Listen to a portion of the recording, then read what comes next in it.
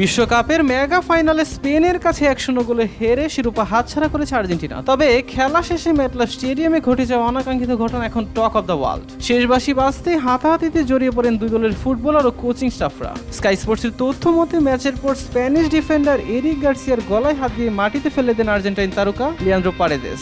এমন কাণ্ডে তাকে সরাসরি লাল কার্ড দেখান রেফারি। এখানে এই শেষ নয়, পরে গাভিকেও ধাক্কা দেওয়ার অভিযোগ ওঠে তার বিরুদ্ধে। অন্যান্য তারকাদের মেজাজও ছিল তুঙ্গে।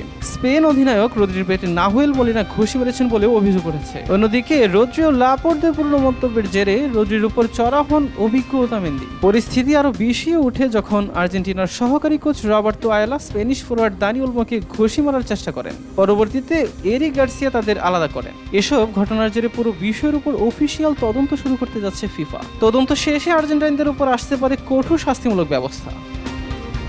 সাব্বির হোসেন হিরো, দেশকাল নিউজ।